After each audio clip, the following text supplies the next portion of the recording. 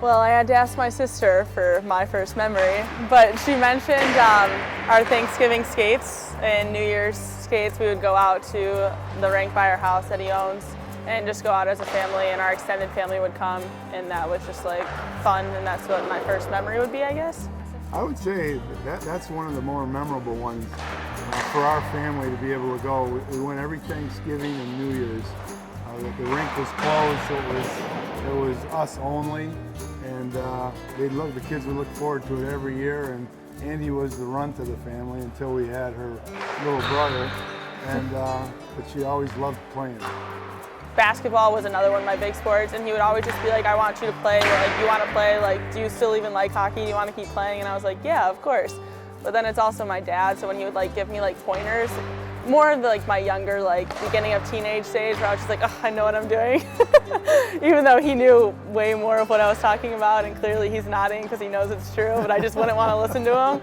I never wanted them to play hockey just because it was such a big part of my life. I wanted them to find their own passion and do their own thing. So probably a million times I told you, don't play hockey because of me.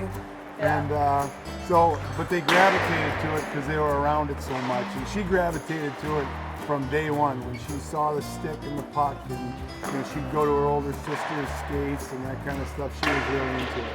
He's always told me just like hockey related things, like I need to get more explosive, and like my like skills on the ice that I need to work on, and like obviously they're very helpful. I just need to be better at listening to them and actually doing them. But yeah, he gives me good pointers, and I try to listen to the best of my ability. Mine, without a doubt, with her, was winning the national championship in, what was that, 2011? Yeah. We had a fun team, a great group of kids.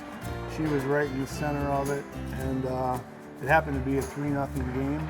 And she doesn't talk about things like this very often, but she happens to be one of those kind of players that she has up to this point that always rises to the occasion in the biggest games. And so they won 3-0, and she had all 3 goals.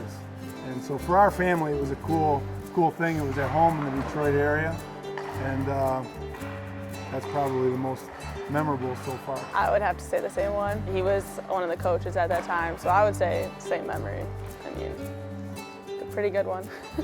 You know, there was 2 things that made us comfortable. Well, actually, probably a little more than 2, but the fact that she had some teammates here we thought would be real positive because they have a real good relationship and they grew up kind of playing together.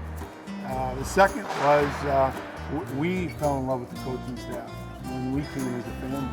We knew she was under good care and direction. And then third, when I was commissioner of the CCHA, Brad Bates was the athletic director at Miami. So I had years of working experience with him and think the world of him, and knew that under his guidance, this would be a great place too. So we were real fortunate to know that our daughter was landing